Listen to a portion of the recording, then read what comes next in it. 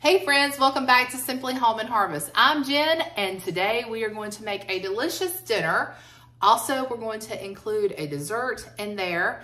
And I'm in the process right now of growing a sourdough starter. I'm making a video for y'all on that. So as soon as we complete that 7-day process, that will be one of the next videos that you see. So if you see all that in the background, that's what's going on there. But today is a special day around here because it happens to be my birthday. And so today you're going to spend the afternoon with me making my birthday dinner. Now, I want to just preface this by saying that my husband did offer to take me out. This year, my birthday fell on a Thursday. So, you know, it's a work night and school night and all that. So he said, I can take you out to eat, or I can bring home something, whatever you want to do. And typically when it's someone's birthday, I will make their favorite birthday meal for them. And then we'll go out together as a family or with family on the weekend. And so the kids were like, well, what is your favorite birthday meal? Or what is your favorite meal that you make? And I really couldn't think of one, but I remember growing up at home that my favorite meal was my mom's lasagna. So I am going to attempt to make my mom's lasagna today. And I think I've attempted to make it once, maybe twice, because it's got a lot of spaghetti sauce on it. But this is her original recipe, and I don't know where she got it. I mean, I know that she's made it for my whole life, it seems. So we're gonna make my mom's lasagna today for my birthday dinner, and then also we're gonna make one of my favorite desserts is like the Shoney's hot fudge cake. Now, we don't have a Shoney's here anymore. It's really hard to find Shoney's around, but I remember the Shoney's hot fudge cake was so good. So we're gonna do kind of a take on that. It's gonna be a hot fudge cake. And I have made it before, but it's been a long time. It's a Pampered Chef recipe, and it's one that used that deep covered baker that they used to sell. I don't even know if they sell it anymore. And I just happened to have one because I had all those Pampered Chef parties back in the day, accumulated all that free stuff like probably many of you did. And so I still have that deep covered baker. So I pulled that out today and I said, well, I'm gonna try to make that in the microwave. Of course, you can make it in the oven. But we're gonna try to make it in the microwave today and just take a shortcut and see if we can get a yummy dessert to go with our hopefully delicious dinner. I think it's going to be great. So that's what I'm doing today. And I thought you might like to join me and maybe make this recipe for yourself. Now let me tell you guys, today is very abnormal for January the 25th. Normally, if we're gonna have weather in late January, it's snow or ice and cold temperatures, but today I think the high is in the upper 60s. I think it might even reach 70, and it is pouring down rain. So not a very typical day for January the 25th. So it's a good day to stay inside and cook. And so that's what I decided to do. My morning really didn't go as I had planned. And we thought maybe Alex and I are the only ones here today. And after that, I said, I'll tell you what, we'll go to one of our favorite places to get coffee this afternoon. We'll get coffee, we'll go out and get dessert or whatever. And so I just thought, let me check and make sure they're open. And I checked on their Facebook page and they are closed because of sickness. So that's the second or third business that I've heard of this week shutting down because so many people are sick. So I hope you are well. Thankfully, we are all well in this house at this moment, praise God. We had that mess back over Christmas. It was no fun. And I hope that you all are well, or if you have been sick, that you are recovering. And, you know, I don't think we're going to keep these warm temperatures. I'm pretty sure that cold weather, and hopefully at least one snowstorm will head our way here soon. But so far, we have had zero snow. It started snowing one day for like 5 minutes. I was so excited. I put it on my Instagram. Oh, it's snowing finally. 5 minutes, it was turned back to rain, and we haven't seen any since. So hopefully we'll get some snow because we did not get any last year. But anyway, I'm gonna stop chatting and we're gonna get to cooking. First thing we're gonna do is we're gonna make the sauce for our lasagna because that's gonna take a little while. I think that has to cook for like 30 minutes. So I'll go ahead and get that prepared and I'll show you the ingredients that we're gonna use. All right, so I went ahead and set out all the ingredients. We gotta get this to thaw out a little bit more, but you're gonna need a pound of ground beef, and then a couple of cans of tomato paste, some crushed tomatoes. I just realized that I got the wrong can. Uh-oh. I was supposed to get crushed tomatoes and I got whole peeled tomatoes. Well, we're gonna have to do some crushing, I guess. Well, that's a shame. So anyway, I will print all this out in the description box below so you can have the recipe. But here are the ingredients. We got some spices. I did choose to get the oven ready lasagna, so we wouldn't have to boil that. And then salt and pepper, and then our cheeses. We're gonna use ricotta. You could use cottage cheese if that's what you prefer. I prefer ricotta, and then especially with lasagna. And then some Parmesan cheese, and we have this mozzarella cheese. And so that's what we're gonna use. Okay, so the first step is to make our meat sauce. So in our skillet here, we're gonna go ahead and heat 2 tablespoons of oil. I'm using vegetable oil because I'm going to go exactly by this recipe, and I'm not going to change, well, I did change one thing, but other than that, I'm going to keep it the same because I want it to taste like my mama's lasagna. I don't think that's gonna happen unless my mama comes over here and fixes it for me. Isn't that the way it is though? It's normally like, whoever makes it, that's the one who makes it the best. Okay, so we're gonna get 1 pound of ground beef cooked up in our skillet here. Now my mom's recipe calls for 3/4 of an onion chopped, and you add that in as you're cooking your beef. But you all know the people around this house and onions. If I had it my way, I feel like hang on just a second, let's fix this camera angle. I think that's just a better angle. You'll be able to see what I'm doing. You don't have to see me, you can hear me, right?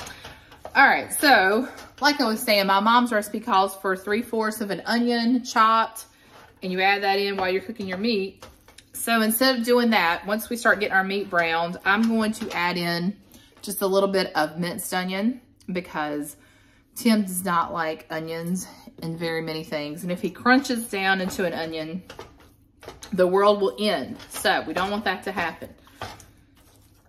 So we're gonna give this a minute, and I'll bring you back once this starts cooking. Now that our beef is starting to cook, I'm just gonna add some of our minced onions in here, just to give it a little bit of flavor, but it shouldn't give it any crunch. And I do this a lot. My family would be surprised to know how many times they've had onion and stuff. And I've actually managed to add an actual onion into dishes before as well. So sometimes I can sneak it in, but you know, thought I would just do a little bit today. Now that our ground beef has browned, we're gonna go ahead and start adding in our tomatoes and our spices and make our sauce. So the first thing we're going to add is 1 can of tomatoes. Now, I did go downstairs and find a can of crushed tomatoes. I'm so glad I had some so I didn't have to pull out my food processor. But our recipe is only calling for about 16 ounces of crushed tomatoes. So I'm gonna add about, this is a 28 ounce can. So I'm gonna add just a little over half of this can. And really, I want to add the whole thing, and I don't know if that would mess this up. I told y'all I was going to adhere very closely, but you know what? I think I am gonna add the whole can, and I'm gonna tell you why. As I was cooking this ground beef, I remembered that these are not 1 pound packages of ground beef. They are 1.5 pound packages. So we have extra meat than our recipe calls for. So I think actually some extra tomatoes is going to be a good thing in here. So we're gonna go ahead and just add that whole can. But I will, you know, make sure to amend the recipe for you guys when I type it out in the description box. Okay, so that is our tomatoes. Now you don't have to use the pureed tomatoes. You could use like diced tomatoes if you like the actual, you know, chunks of tomato, but again, it's just a preference thing. All right, and then 2 cans of tomato paste. I went back and looked at that, and that's what it says, 2 cans, 2 6-ounce cans.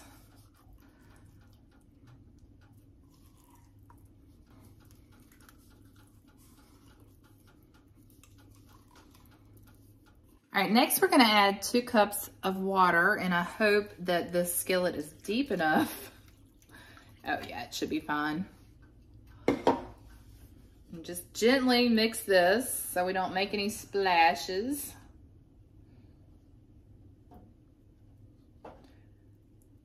But yeah, maybe take that into consideration and use a very large skillet or even like a Dutch oven. You could use one of those too to make your sauce in.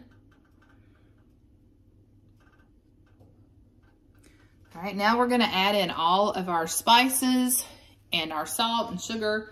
So what I did was I went ahead and pre-measured everything out, and I'll tell you what I have in here. It's 1 tablespoon of parsley, 2 teaspoons of salt, 1 teaspoon of sugar, 1 teaspoon of garlic powder, half a teaspoon of black pepper, half a teaspoon of oregano, and then I think I did like a whole teaspoon of Italian seasoning in there.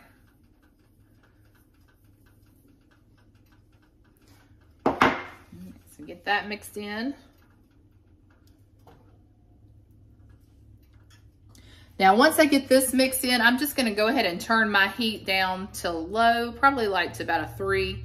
And we're gonna let this simmer uncovered for 30 minutes. So we'll come back in 30 minutes and see what our sauce looks like. One thing I forgot to mention that is written on the recipe is that you will want to stir this occasionally. So just don't put it on for 30 minutes and walk away because I guess it has the potential to stick to your pan.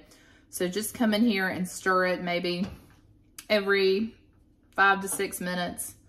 Just want to make sure I told you that. Oh my goodness, y'all. Wish you were here to smell how good this kitchen is smelling right now. Oh my goodness, the sauce smells delicious. I cannot wait for this lasagna tonight. Happy birthday to me for sure. All right, we're gonna go ahead and start assembling our lasagna. So I'm gonna move you over to the counter and I'll show you how we layer everything.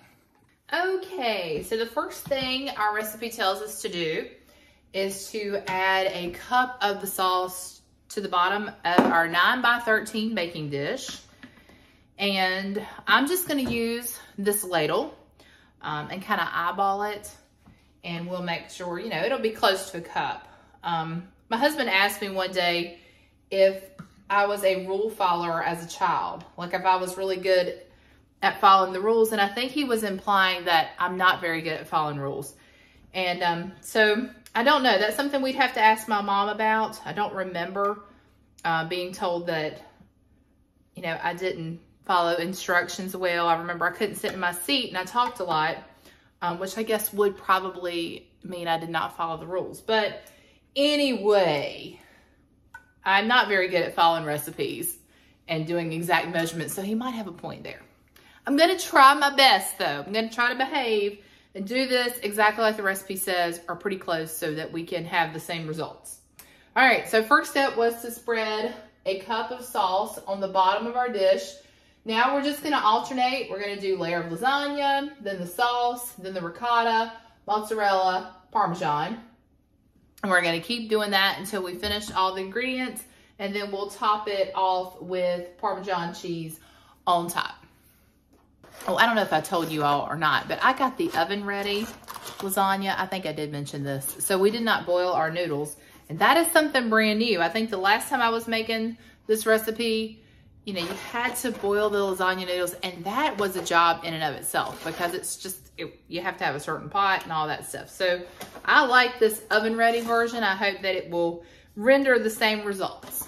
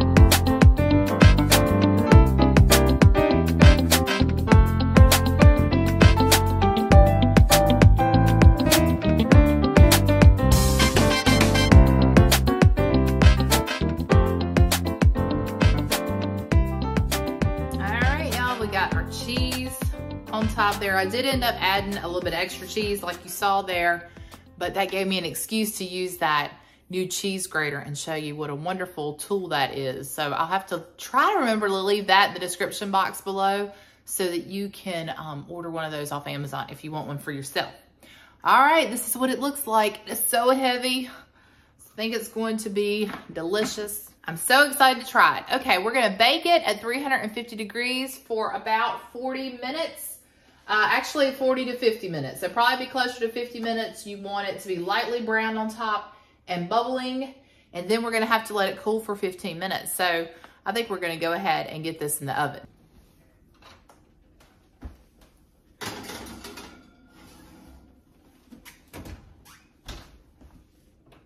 Okay, we're going to make this really easy dessert while our lasagna is baking in the oven. Now, this is a recipe that I remember originating with Pampered Chef, and that's why I'm gonna use this deep covered baker. So this is what it looks like, and it can go into your microwave, but you can also, you can also use it in your oven. But today, we're going to put this in the microwave, and I had to check my microwave and it barely fit. So thankfully it fit because I did want to use it for that reason. But what we're gonna do is we're going to prepare 1 box of cake mix. And so I just happen to have this in the pantry. So we're gonna use the Aldi brand Devil Food cake mix.